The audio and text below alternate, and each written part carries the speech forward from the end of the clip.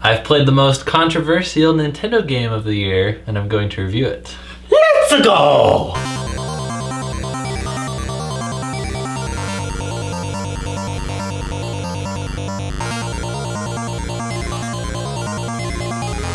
We're talking, of course, about Metroid Prime Federation Force for the 3DS. Yes. Have you been concerned about this game, Simeon? I have. I think my initial reaction was like everybody else, a little bit shocked and a little bit saddened. But I think over time I grew to say, you know what? We're actually getting a Metroid game, and it looks like it's kind of fun. Yeah, so I'm happy to say that I have been playing it all last week, and I've beaten it. And I knew that I wanted to beat it before I did this review, but still, I was actually happy to go back to it each time. It didn't feel like a chore. So let's get into it. First of all, does it feel like a Metroid game? Yes, it does. Does it feel like a Metroid Prime game? Yes, it does. I'm glad that it's sticking with that branding. Good. The main thing people might say, you know, this isn't Metroid or this isn't Metroid Prime, is the art style. So let's talk about the art style. I want to say it's not that bad, and it's really not even that noticeable once you get into the game. Because first of all, you're playing in a first-person view, so you're not seeing yourself. Of course, this is a heavily multiplayer-focused game, so you are going to see up to 3 other people on your team. But those mechs, you know, they aren't that disproportionate, and even if they are mechs, so it's not that really unbelievable. Right. So the enemies also look just completely normal. It's kind of funny. Your Marine Chief guy, he comments like, "Whoa, those space pirates are really big. They're like Omega pirate sized," just because everything has to be to scale with the mechs. So that's kind of almost like backwards thinking, though.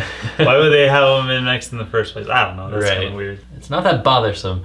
But what they really could have done without is the chibi style, like super deformed humans.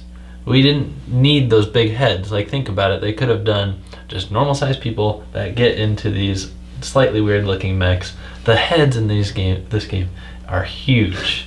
It's just ridiculous. So whenever I see the people outside of the mechs, which isn't that often, it's kind of bothersome. But overall, it's really nothing to worry about. The music in this game is good. It's not like quite as memorable as Metroid Prime's soundtrack, but really, I don't know if anything will be. That's true. And they do have some really good sound out tracks. Did I say sound out? Because I think I meant stand out. But hey, sound out, stand out. Specifically, there's one where you're getting the transmissions, like mission debriefings and stuff. That's a really good track. And then also the ending credits is spectacular. So let's talk about the controls next. The controls are good, but I did play this game on the new 3DS, which I know gives a really big advantage. I don't know if this game would control as well. You've played Blast Ball at least. What do you think? You have to use motion controls, right? Yeah, I think it controls fine. I would like some more options. Like in the Blast Ball demo, there's really not very many options that you have to change your controls that I think are doable, but you know, I can't complain too much. Yeah, the controls translate well into the gameplay. You're on the new 3DS, you're just using your 2 sticks and your 2 triggers, except for when you like switch weapons, that's the X button. But mainly just a couple triggers. And you have this hover mechanic, which I really like. You can jump and then you can hold the button and you'll do, you know, it's almost like your Yoshi, but without the so you have little booster rockets on your feet. So that's really good. That would be very distracting. Yeah. Locking on really takes care of most of the aiming. It's interesting. You know, in Skyward Sword, you have to like be careful how you hit enemies. You have to look at them and hit them certain ways. Well, there's quite a few times in Federation Force where you come up against the enemy where you lock on, but its weak point is not in the center of its body. So you have to slightly adjust your aim while you're locking on. So that's a cool mechanic. Because in the other Metroid Prime games, you lock on, that's it. There's no additional aiming, right? For the most part. And then the user interface, however, is not quite as perfect with the controls. While you're reading stuff, there's just a few places that are kind of like scanning, but they're more like consoles you go up to and get a little bit of information. You're pressing A to go through those dialog boxes, and your guy is shooting at the same time. So you're just standing there shooting the computer while you're reading. Are you serious? I'm serious. Oh, Nintendo. Also, That's sad. you press X to skip dialogue, but you press start to skip cutscenes. So that took me a while to get used to. Should have just been one skip button. Yeah. And if you're playing with people, everyone has to skip the same thing in order to skip it. So it'll say like 3 out of 4 people skipped, and you're like, come on, last guy. He's taking a bite of a sandwich, probably. Yeah. So I like the controls, I like the art style, I like the music. I do want to say that the 3D is bad in this game, though. It's probably the worst 3D that I've seen on the 3DS. Like, Ouch. I usually crank the 3D slider and enjoy 3D, but this one really hurt my eyes and gave me a headache, and I turned it all the way down just past the click of 3D being on and still couldn't handle it. Wow. So I know 3D is a subjective thing, and some people probably didn't experience any of that, but for a 3D lover, I was disappointed by that. Level design is a little bit meh. This game is created around missions. There's no world, really. Right. There's 3 different planets, and you just go on your missions. It's very linear because, again, it's multiplayer focused, so they try to pretty much keep you guys all together, all moving forward, not stopping and scanning things, not spending a lot of time on puzzles. So the puzzles don't come anywhere near anything in any other Metroid Prime game. It's more action-based, which is okay. Solo play, you can play this game with no one else, and that's doable most of the time. There are some really hard levels, like there's one I had to go online for, and I went back and forth. I played probably half of it with online, half of it by myself, and like there's this one level where there's this core, and you have to wait for it to upload, or I think it was called an uplink. It's sending information back to your marine boss, and you have to defend it. Right. And there are drones coming in and shooting at it. There are space pirates that come up to it and attack it. There are like sniper space pirates that come from each side, and then there are space pirates that specifically target you. So I couldn't even touch that level without help.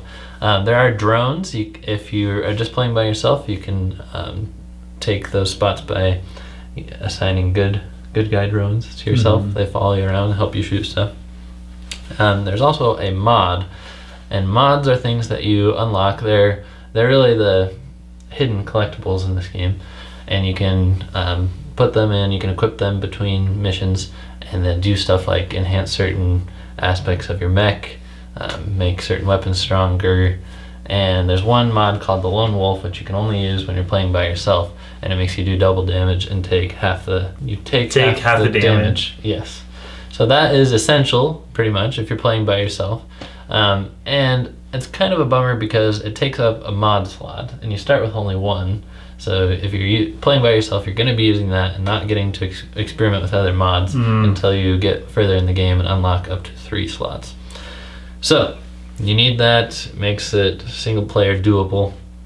Online, I had mostly good experiences. In one level, there's like this spot where one person had to zip line down somewhere and unlock the door for us to come through, and the guy ziplined down there and just stood around, and there's nothing that we could do about that. So you had to quit? Yes. Oh. Other than that, I really had great experiences with online, and I couldn't believe just the lag freeness. Wow. I was playing with people in Japan most of the time, and it was just as smooth as single player. Holy cow. So I don't know how they did it. So do you think that guy was trolling? Yes. He was trolling. Yeah. Could you like communicate with him? You have canned responses you can true. signal from your touchscreen. Just stop trolling one of them. No. So we were like, help, let's go. Give it all you've got. And he's just like, no. Yeah. This game has some cool sub-weapons. It's not like Metroid Prime where you unlock new beams and stuff.